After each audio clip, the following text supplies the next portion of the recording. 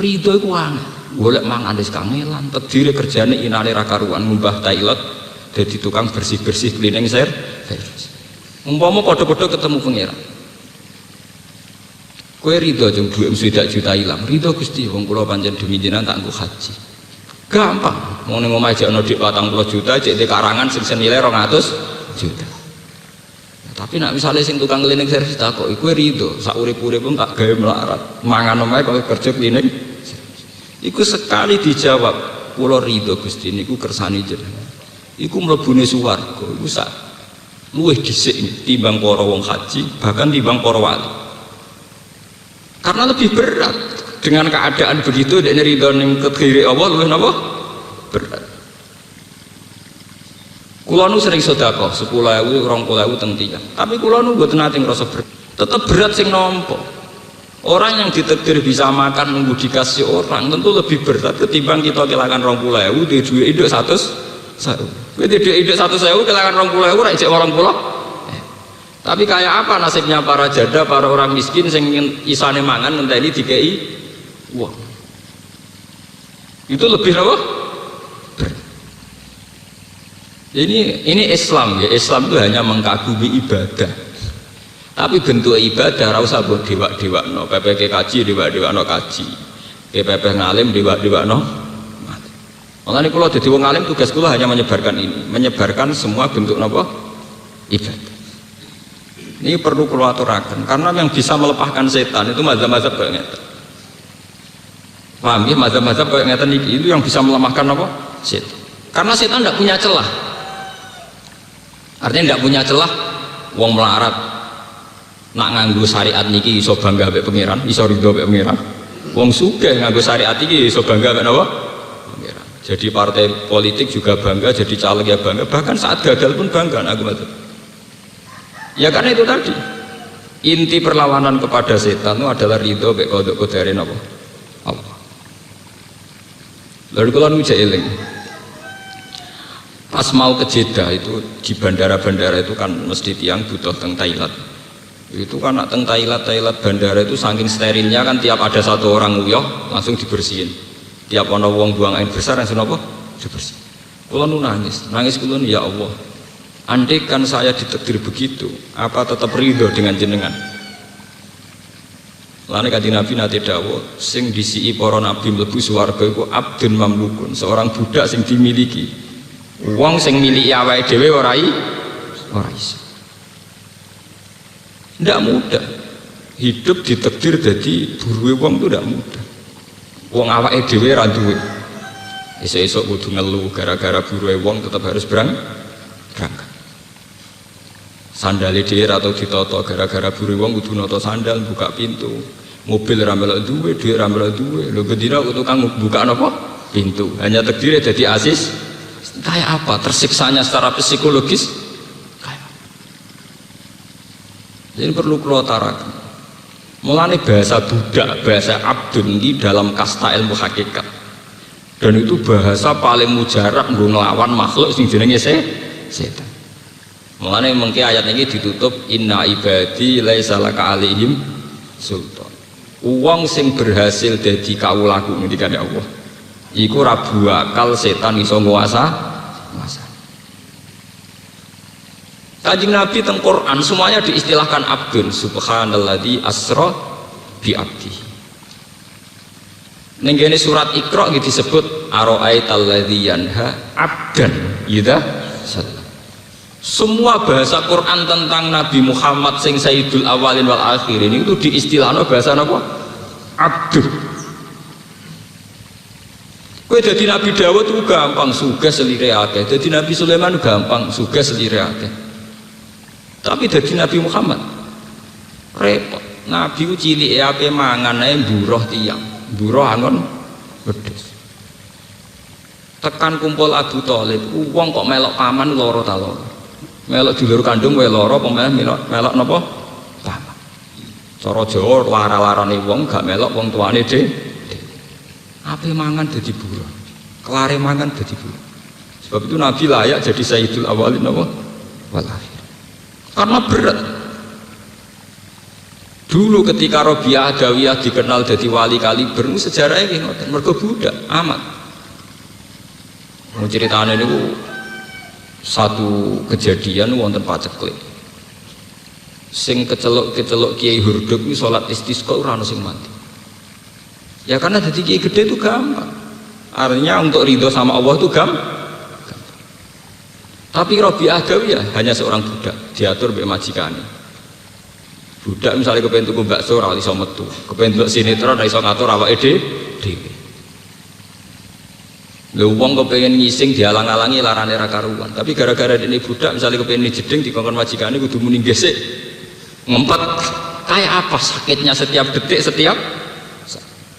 Tapi itu tidak mengurangi keasikan dia dengan Allah. Tiap dalu dia melantunkan lagu-lagu nyanyian isek mbek pangeran. Nyaman mbek pangeran. Tiap malam melantunkan lagu-lagu sing nunjukno ridho be Allah, isek be Allah.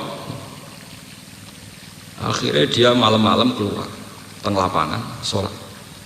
Iku langsung udan. Ana sing menangi. Bareng menangi diintip jebule wong iku budak sing manggon ning omahe tuan iki.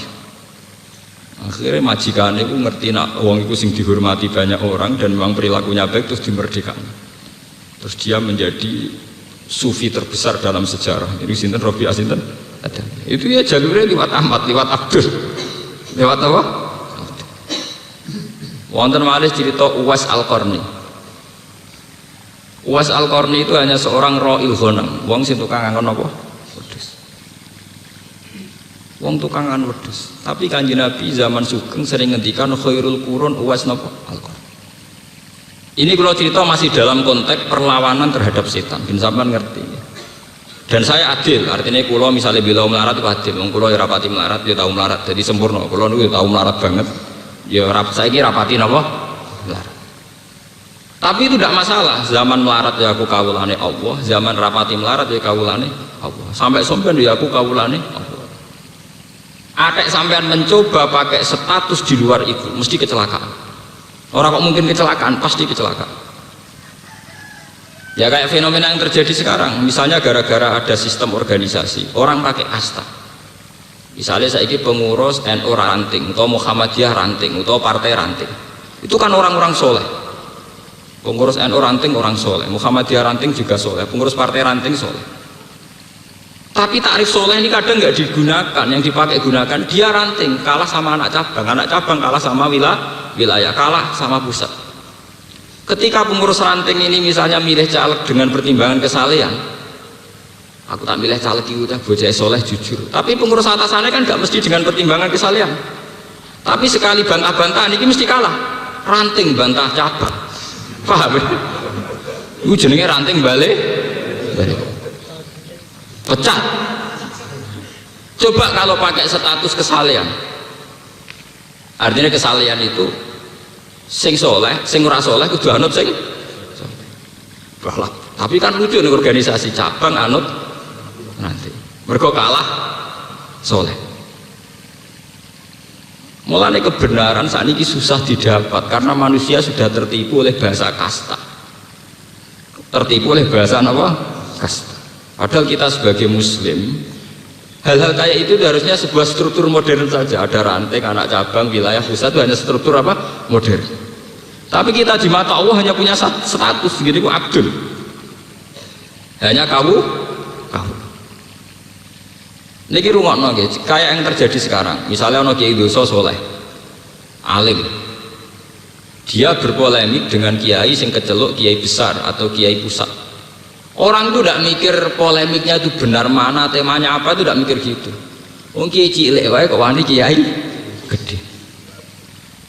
Ini contoh-contoh betapa bahasa kasta itu bisa menyilaukan, ya.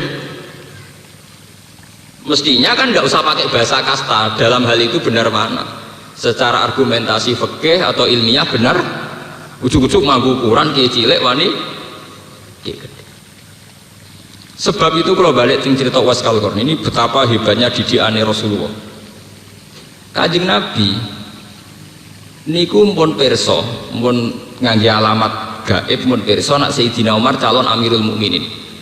Niku amen dipeseni ya Umar, kowe sampeyan nak ketemu Uwais Al-Qarni, jaluk donga. Jaluk napa? Donga. Umar kan penasaran, ana wong sing sampai aku kon njaluk. Nabi zaman Sugeng sering muji napa khairul qurun Uwais napa Al-Qur'an. Era Abu Bakar mboten menangi, era Umar menangi.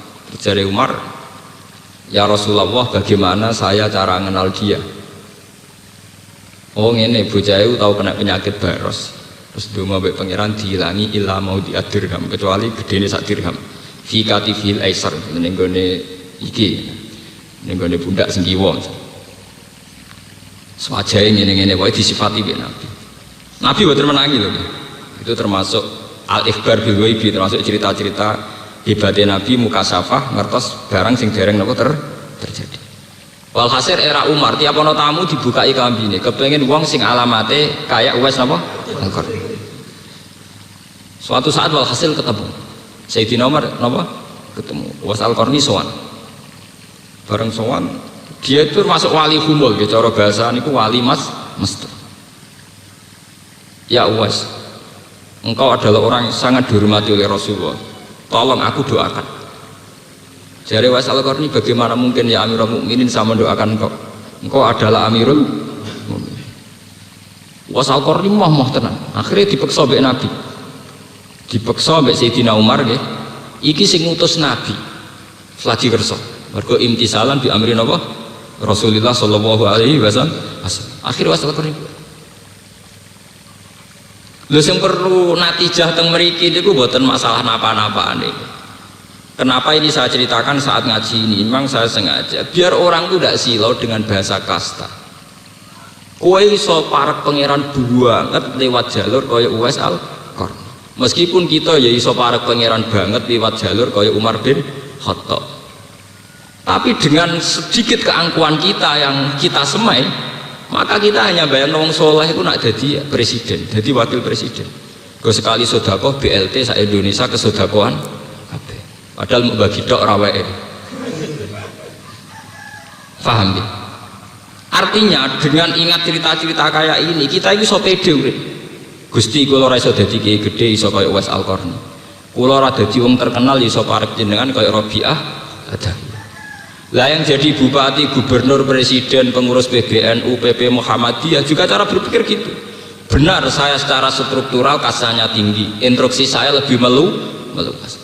Tapi kan tidak jaminan saya lebih afdol ketimbang orang yang kayak Uwais Al-Qarni, yang kayak Rabi'ah Adawiyah. Dengan demikian terjadi keseimbangan antara orang yang besar tidak sok paling soleh, paling penting, dan yang kecil bukan terus dempes malah hasut malah drengki. Wis kere drengki hasut. Akhirnya sing kere di dosa hasut drengki, sing gede di dosa sombong, menang setan. Setan menang total. Kau sing gede iso digoda lewat sombong angkuh, sing cilik iso digoda lewat drengki mbek putus asa. Harusnya dengan cerita-cerita kayak gini peluang kita untuk jadi orang soleh itu mudah sekali. Kalau sering cerita tentang bojo kula, Dek, umpama suatu saat masyarakat itu gak seneng aku, salah paham mbek aku, nanti aku ditinggal, aku ora susah. Umpama bener senengku saiki 10. Terus krungu kabar jamaahku Bojonegoro bubar, wong sing seneng aku bubar. Iku senengku nganti saiki ya ora kurang sitok ya. Ya tetep 10. Mergo bubare wong, bubare makhluk. Iku ora tau penting. Kecuali pangeran bubar ra sida dadi pangeran. Lha iku lagi napa susah. Wah, anggere sing bubar cek makhluk-makhluk iku aku ora ngarah. Kita harus melatih diri begitu. Dan itu saya latih betul. Secara fisik juga saya latih. Kalau nggak saya sering lunga piyambak. Roh rasane umbal, roh rasane ngurus barang sendiri, anak saya tak jak sendiri, roh rasane ngurmat anak sendiri. Kita harus melatih, andaikan kita hidup sendiri. Dengan demikian kita terlatih menjadi Abdullah, bukan Abdul fasilitas. Mergo nek wis biasa sugih misale tas ono sing gawakno dhewe. Ngamuk wong perkara ora mbukakno pintu. Saking kulinane biasa ora sing mbukakno. Ana kiai ngamuk santrine perkara sandale rung ditoto. Akhire kulino barang sepele dianggap barang gede. Akhirnya kita budaknya nafsu. Kita emosi ora krana hak Allah dilanggar, tapi krana hak kita dilanggar. Harusnya sebagai ulama kan hanya tersinggung kalau hak Allah telah terlanggar. Tapi kita tersinggung karena hak kita. Misalnya sandal radito dibuka.